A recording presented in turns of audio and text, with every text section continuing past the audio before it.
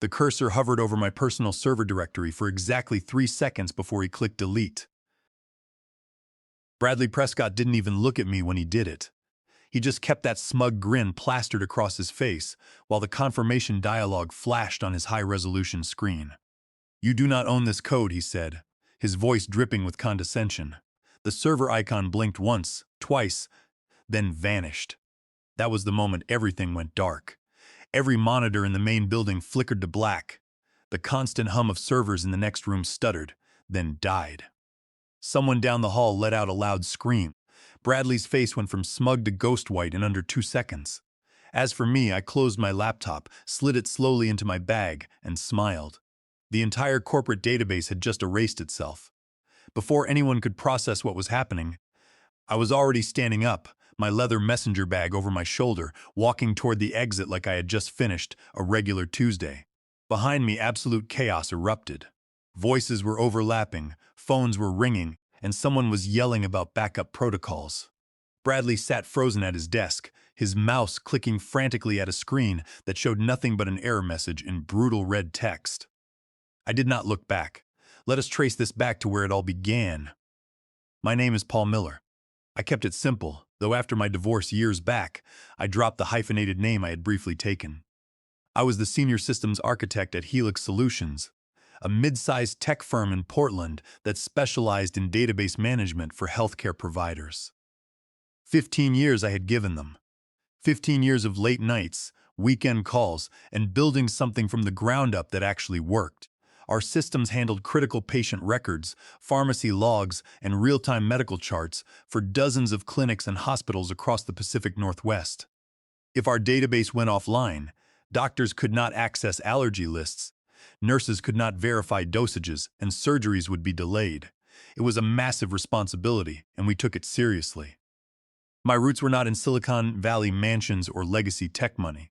I grew up in a modest split-level ranch in Beaverton, where my dad fixed cars in the driveway and my mom managed the books for 3 local businesses on a kitchen table covered in receipts and coffee rings. They taught me 2 things: how to solve problems nobody else wanted to touch, and how to remember what it felt like to need someone to give a damn. That second lesson mattered more than people think. Empathy is not a weakness in tech. It is architecture. It is understanding that the code you write at 2 in the morning affects the nurse pulling a patient record at 2 in the afternoon. It is remembering that servers are not just metal boxes. They are infrastructure for human beings trying to do their jobs safely. Bradley Prescott never learned that lesson. Bradley arrived on a Monday in October, carrying a shiny titanium briefcase and wearing a suit that cost more than my first car. The executive team introduced him as our new Director of Technology Operations, a title that apparently meant he supervised everything I had built without understanding a single line of it. His resume sparkled. A Massachusetts Institute of Technology graduate, 3 years at a Bay Area startup that got acquired, 2 years consulting for firms that paid obscene rates for mediocre advice. He had the absolute confidence of someone who had never actually broken anything important enough to learn from it. He spent his first 3 days walking around the office, asking condescending questions about why we were not using the latest cloud technologies, ignoring the fact that healthcare data regulations required strict on-premise infrastructure security. I knew we were in trouble during his very first team meeting. "I have reviewed the current infrastructure," Bradley announced, not bothering with pleasantries or introductions. He pulled up a slide deck full of buzzwords and consulting frameworks that had nothing to do with our actual systems. "Frankly, what I am seeing is inefficiency, redundancy, a lack of modern DevOps principles." He said DevOps principles like it was some kind of magic spell. Peter, one of our senior developers, raised his hand. "The current architecture has 99.97% uptime over 5 years. The redundancy is intentional. Healthcare data cannot go down." Bradley's smile did not reach his eyes. "Uptime is fine, but efficiency matters more. We need to streamline, cut costs, modernize the stack." I should have said something then, should have pushed back. But 15 years in tech had taught me to pick my battles, and I figured Bradley would crash into reality soon enough on his own. I was right about the crash, but wrong about the timeline. During his first week, Bradley started scheduling optimization meetings, hour-long sessions where he would pontificate about cloud migrations and containerization while the rest of us tried not to check our phones. He loved the sound of his own voice, loved throwing around terms like paradigm shift and synergistic integration. The second week he started making changes, adjusting monitoring thresholds without consulting anyone, reassigning tickets based on what he thought was important rather than actual priority. Sending emails at 11 at night demanding status updates on projects that were already completed. By week 3, he had started targeting me specifically. It began with a meeting request. Infrastructure review, Paul's projects. No agenda, no context, just a calendar invite for 4 in the afternoon on a Friday. The universal time slot for unpleasant conversations. I showed up prepared, brought documentation, performance metrics, and incident reports showing our stability. Bradley sat behind his new desk. He had already redecorated the office with minimalist furniture and a standing desk he never actually used, with his laptop angled so I could not see the screen. "Paul," he started, not bothering with small talk. "I have been digging into the server architecture, and I am concerned about what I am finding." Concerned how? He spun his laptop around. On the screen was a directory tree of our server infrastructure, with one folder highlighted in bright yellow. Raw Personal, my personal workspace. Every developer has one, a place for scripts, tools, and automation that makes the job easier, but is not officially part of the production environment. Mine was more extensive than most, because, well, I had been there longer and built more tools. But it was all documented, all backed up, and all approved by the previous director. "This," Bradley said, tapping the screen, "is a security risk. Personal directories on company servers, unaudited code. For all I know, you could be running anything in here." The implication was clear. He thought I was doing something shady. I kept my voice level. "That folder contains automation scripts, monitoring tools, and utility programs I have developed over the years. Everything is documented in the team wiki. Previous management approved it. Most of those tools are integrated into our daily operations." Integrated how? Database maintenance scripts, automated backup verification, system health monitoring. He held up a hand. "I will need a full audit, documentation of everything in that directory, justification for why it needs to exist, and a migration plan for anything production critical." He wanted me to spend weeks documenting things that already worked so he could justify deleting them anyway. I spent the next 2 weeks compiling documentation that Bradley never read. Every email I sent him bounced back with one-line responses like "received under review." Meanwhile, he was making bigger changes. He fired Diane from infrastructure support, 22 years with the company, and replaced her with a cheap contractor who had never worked in healthcare. He canceled our monitoring service subscription to cut costs. Then he acted surprised when we missed a minor outage because nobody saw the alerts. He pushed a streamlining initiative that mostly involved deleting comments from code because they cluttered the files. The team started leaving. Peter put in his notice. Then other senior developers. Then both of the junior developers who had just finished onboarding. I should have left too.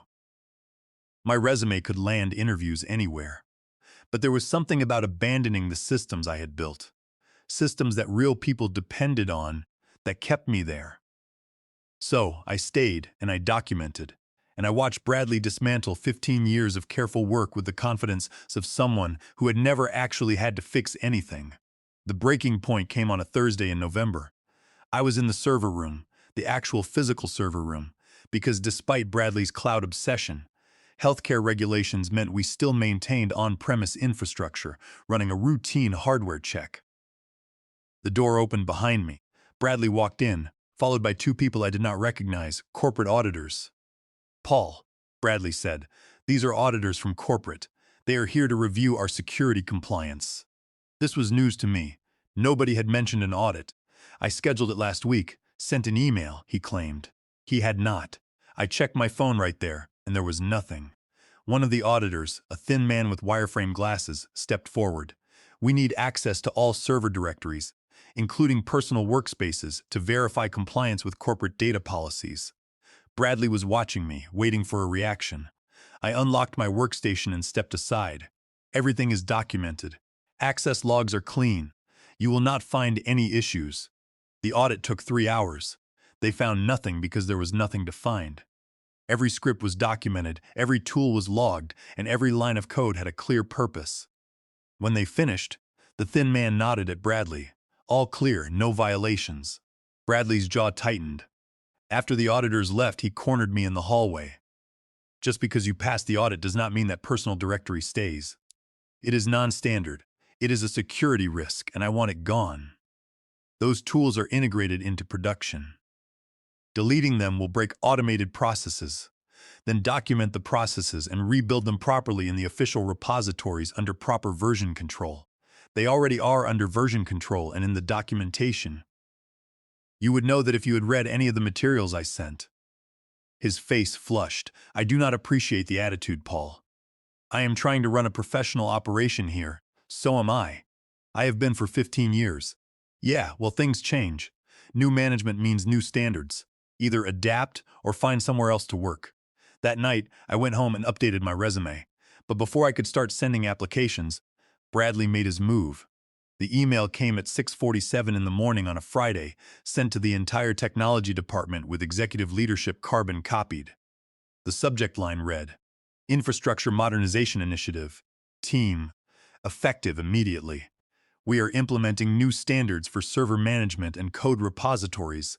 All personal directories on company servers will be decommissioned by end of business today. Any tools or scripts currently housed in personal workspaces must be migrated to official repositories or will be permanently deleted. This is non-negotiable.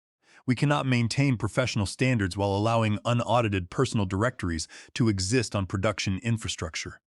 Compliance is mandatory, no exceptions. Bradley Prescott, Director of Technology Operations. I read it twice, then checked the timestamp again. 6:47 in the morning. He had sent this before most people were even awake, giving approximately 10 hours to migrate or lose potentially years of work. My phone started buzzing before I finished my first cup of coffee. Text messages from the remaining team members came in, all variations of the same panic. How do we migrate everything in one day? What happens to the automation? I called Peter, who had already given notice but was working his final 2 weeks. He is trying to force you out, Peter said flatly. This whole thing is targeted at you. Everyone else barely uses their personal directories. I know, I replied. So, what are you going to do? That was the golden question. I could comply, spend the day frantically migrating tools and scripts, probably missing things, and definitely breaking automated processes that kept our systems running. Or I could refuse, let him delete everything and watch the infrastructure crumble. Neither option was great. Then Peter said something that changed the entire equation. You know what is actually in your personal directory, right? Like everything that is integrated. Of course, I said. Backup verification, health monitoring, automated maintenance. No, Peter clarified. I mean everything. The database reconciliation script. The one that runs every single night. My stomach dropped. The reconciliation script.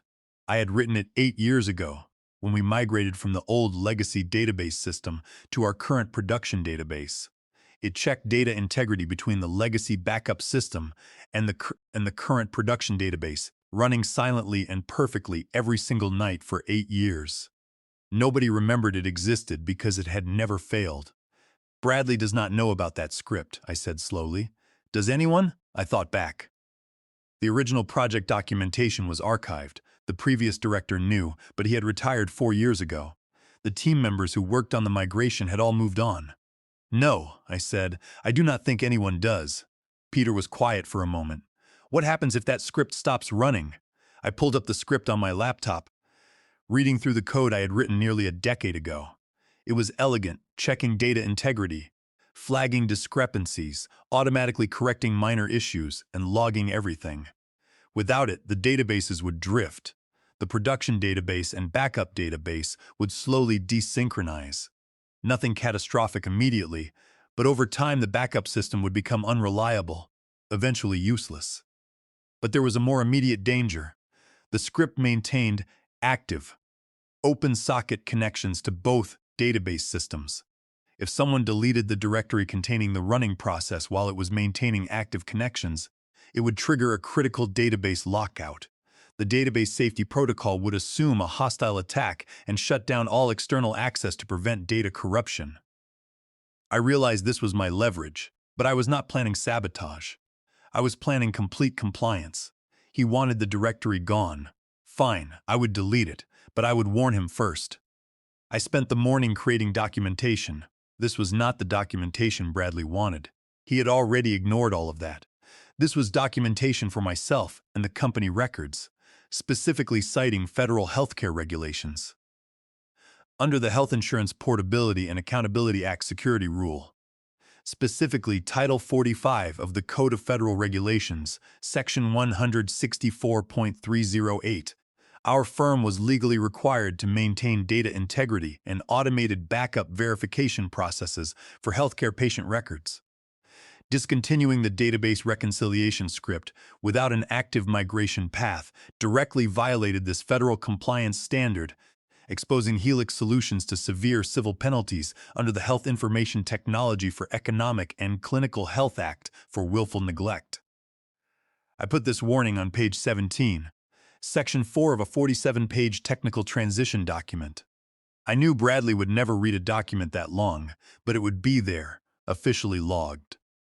At 2 in the afternoon, Bradley sent a reminder email. Personal directory decommission deadline is 5 this evening.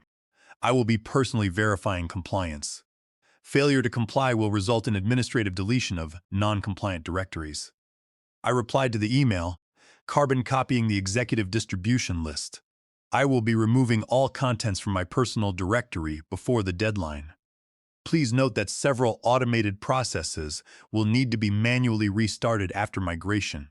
I have attached transition documentation. The 47-page document was attached. At 4:30 in the afternoon, I migrated the non-critical tools. At 4:55, I sent Bradley one final email. Database reconciliation script requires additional configuration time to migrate. Recommend scheduling maintenance window next week to complete the transfer. At 4:59, Bradley replied. No extensions. Delete everything now. So I did. I selected my personal directory, raw personal, hovered my cursor over the delete button, and took a deep breath. I thought about 15 years of late nights, weekend emergency calls, and building a database infrastructure that kept patients safe. Then I thought about Bradley's smug face, his expensive suit, his titanium briefcase, and his complete lack of respect for the team that kept Helix Solutions online. I clicked delete. My personal directory vanished. A confirmation message popped up, directory permanently removed. The screen flickered once, barely noticeable, but I saw it. The script's active socket connections were instantly severed. At 5:03 in the afternoon, Bradley appeared at my desk. He did not knock, did not wait for acknowledgement, just stood there with his arms crossed, radiating authority he had not earned. Personal directory cleared? He asked. Completely, I replied. Good, he said, pulling out his phone to check something. I am running a verification scan now to make sure. If I find anything left behind, we are going to have a serious conversation about insubordination. I just nodded. My laptop was already packed, and my messenger bag was over my shoulder. Bradley frowned. Going somewhere? It is 5 on a Friday, I said. I am going home. We have the infrastructure review meeting at 5:30, he countered. I sent a calendar invite. An hour ago, I noted for a meeting scheduled after business hours on a Friday with no agenda. I have plans, his jaw tightened. This is not optional, Paul. Neither is my time off. I stood, slinging my bag over my shoulder. Bradley stepped slightly to the left, making it clear I would have to move around him. You know what I think? He said, his voice low enough that the few remaining people in the office could not hear. I think you have been coasting for years. You built a little kingdom here, made yourself indispensable with your custom tools and institutional knowledge, and now you are upset that someone is finally holding you accountable. The anger that had been simmering for weeks crystallized into something cold and precise. You want to know what I think, Bradley? I think you are so desperate to prove you are worth the salary they are paying you that you cannot tell the difference between optimization and destruction. I think you have never actually built anything that mattered, so you do not understand what it takes to maintain it. And I think you are out of your depth.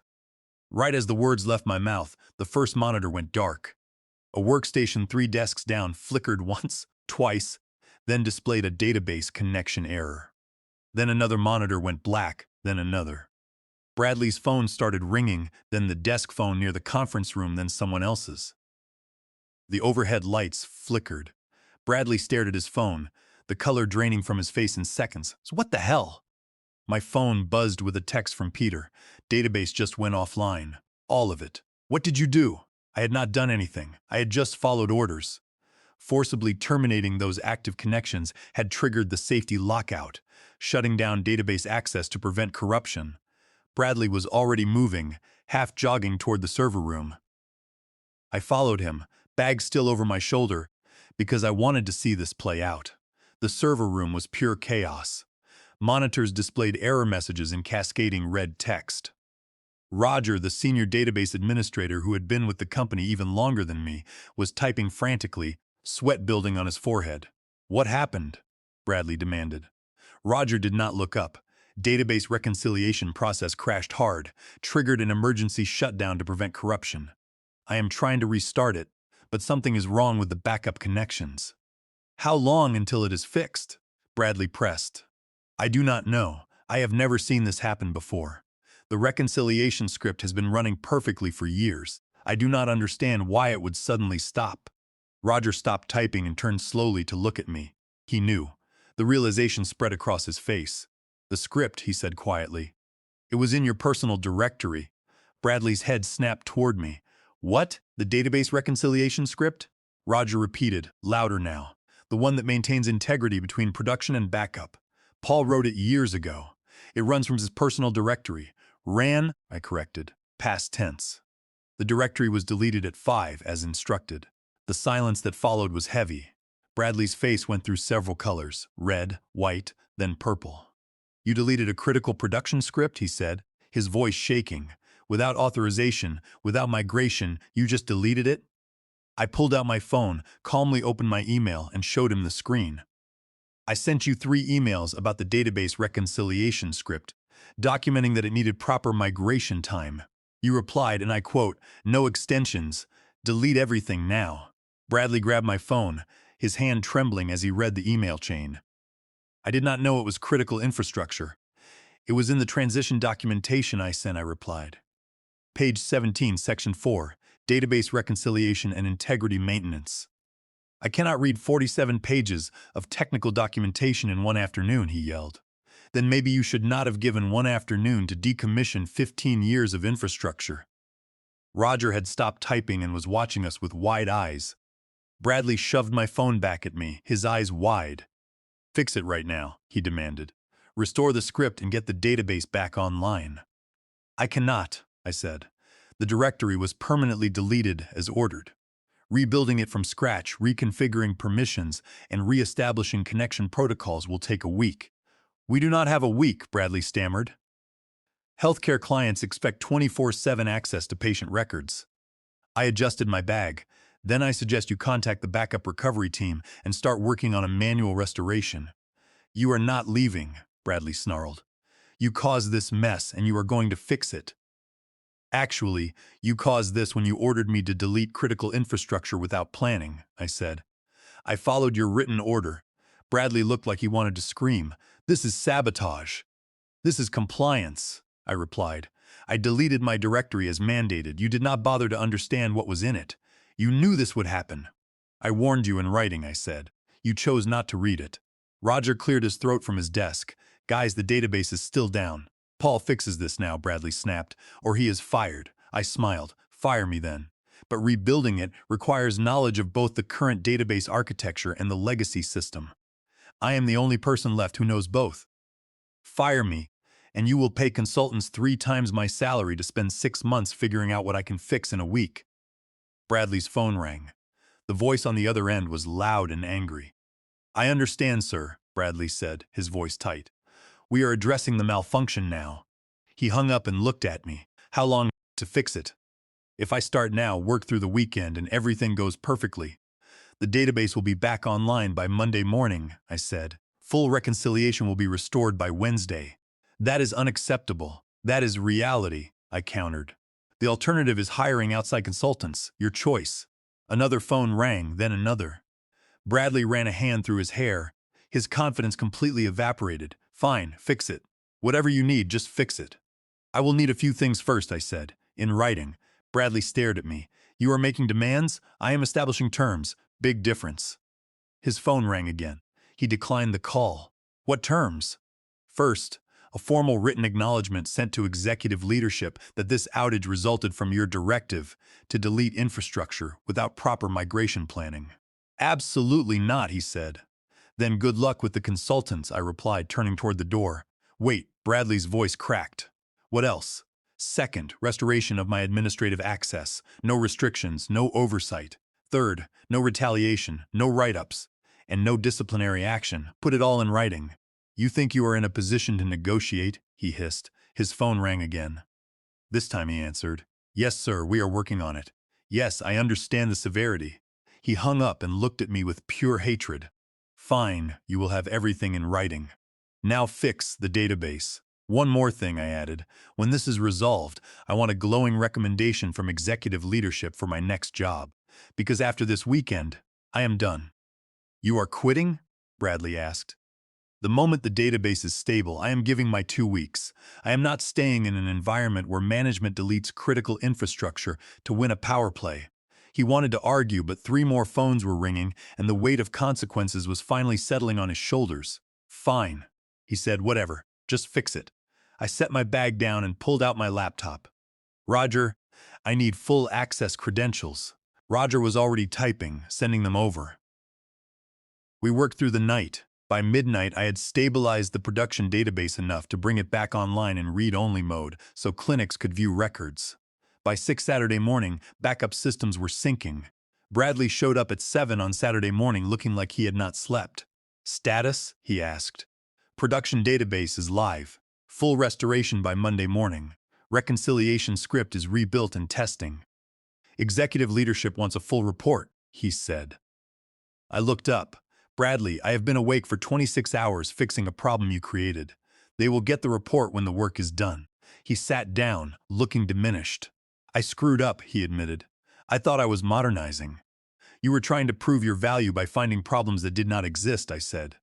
Instead, you created a disaster. By Monday morning, the database was fully operational. I submitted my formal report, received my written recommendation from executive leadership, and handed in my resignation. Bradley was placed on leave pending investigation, which everyone knew meant he was finished. An interim director, Helen, was brought in. She actually understood our work. On my last day, the team threw a small party. Helen called me into her office.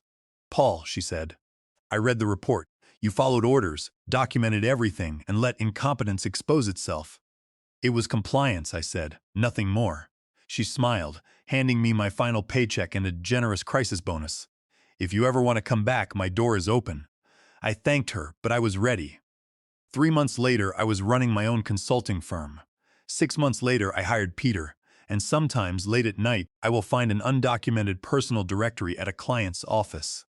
I will write a detailed report explaining the compliance risks under the HIPAA security rule. If they ignore it, well, that is not my problem. I just follow orders.